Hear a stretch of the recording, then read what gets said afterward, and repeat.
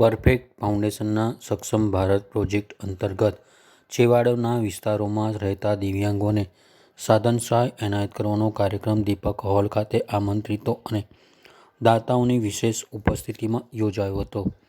અત્રે નોંધપાત્ર બાબત એ છે કે પરફેક્ટ ફાઉન્ડેશન વખતોવખત આ કિસ્મનું આયોજન કરી દિવ્યાંગ લોકોને પગભર કરવાનું ભગીરથ કાર્ય કરે છે.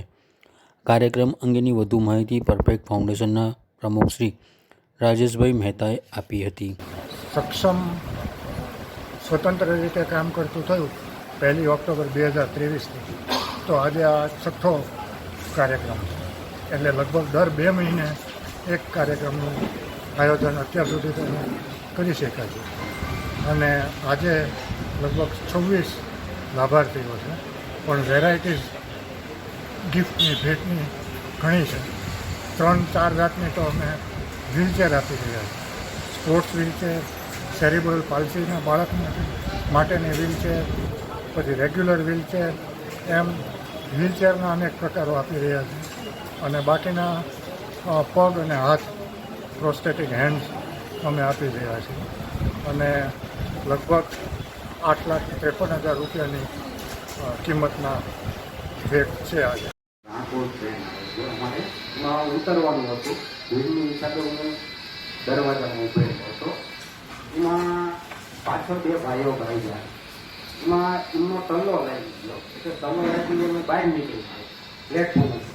તો પ્લેટફોર્મ ઉપર ભાઈ ઊભા હતા. એમને એવું લાગ્યું કે આ ભાઈ મારી યારે કેમ ભટકાણો. તો એમને સામો ટ્રેન સામે ટપકો દીધો. તો બંને ગેપની વચ્ચે અંદર વળી ગયો. બંને પગ ત્યાં કપાઈ ગયા. ત્યારે મને એટલી બધી વધુ આપી છે ત્યાંથી હું ચાલી શકું. મારા જીવનની એક નવી જિંદગી શરૂ થઈ. આથી મેં આ પગ પહેર્યો ત્યાંથી મને એમ થયું મારે જીવવું જરૂરી. એમના પિતાશ્રી પાસે 9 વીઘા જમીન છે. 3 બહેનો છે. આ એક બહેનને તકલીફ છે પોલિયોની, અને એને કોમ્પ્યુટરનું જ્ઞાન છે. એટલે અમે આજે હું એના ઘેર ગયો હતો, 2 વાર ગયો હતો. સરસ મીઠી ચા પી આવ્યો હતો. અને મેં જોયું કે એ સરસ રીતે પદ્ધતિસર કામ કરે છે. શું કામ કરે છે? તો કોઈને સરકારી યોજનામાં અરજીઓ કરવાની હોય, હવે તો આધાર કાર્ડ ને પાન કાર્ડમાં અરજી કરી છે ને તેની માન્યતા એને મળે. રેશન કાર્ડ વગેરે જે કાઢવાના હોય એ કામગીરી કરે છે.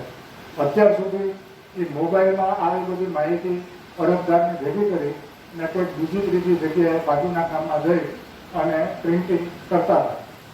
એમને અમને રિક્વેસ્ટ કરી કે અમારે આ તકલીફ છે, તો અમે આજે એમને એક લેપટોપ, એક પ્રિન્ટર કમ સ્કેનર અને એક અંગૂઠાને થંબ પણ આપી રહ્યા છીએ.